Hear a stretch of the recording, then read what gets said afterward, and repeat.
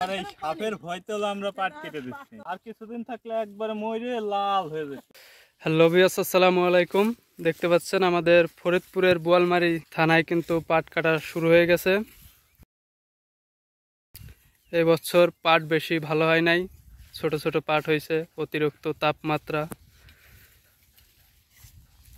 দেখতে পারতেছেন যে পাট হয়েছে একদমই ছোট ছোট।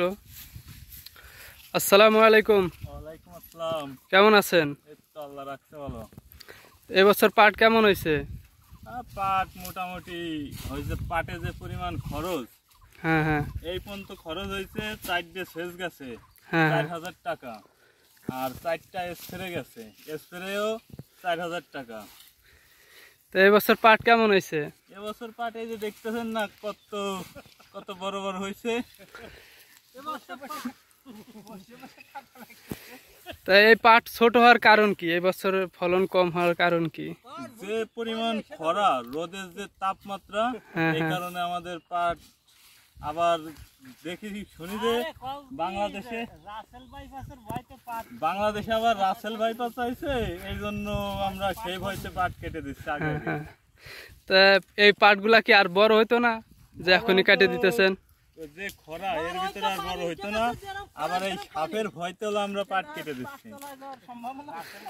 তো গাইজ দেখতে পারতেছেন পাটগুলা কিন্তু একদম ছোট ছোট হয়েছে। দেখতে পারতেছেন এবছর পাট বেশি ভালো হয় নাই, ফলন কম, আবার দামও কম।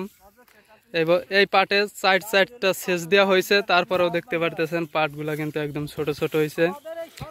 তারপর এখন আবার তাপমাত্রা বেশি, খরার কারণে পাটগুলা মরে যেতেছে, যার কারণে ছোট ছোট পাটগুলাই কাটিয়ে দেওয়া হচ্ছে। যে পরিমাণ তাপমাত্রা, তাতে দেখা যাচ্ছে যে কিছুদিন থাকলে এই পাটগুলা হয়তো একদমই মরে যাবে, যার কারণে কৃষকরা পাটগুলা কাটিয়ে দিচ্ছে। এই দেখেন কি হয়েছে, এই যে এই পাটগুলা কি আর কিছুদিন থাকলে ভালো হতো না? আর কিছুদিন থাকলে একবারে মরে লাল হয়ে যেত। তো গাইজ দেখতে পারতেছেন এই পাটগুলা যদি বড়র আশা করে, যে কিছুদিন থাকলে বড় হবে এই আশা করে যদি থুয়ে দেয়, তাহলে পাটগুলা মরে যাবে। যার কারণে এখনই কাটিয়ে দিতেছে, হয়তো কিছুটা খরচ উঠতে পারে।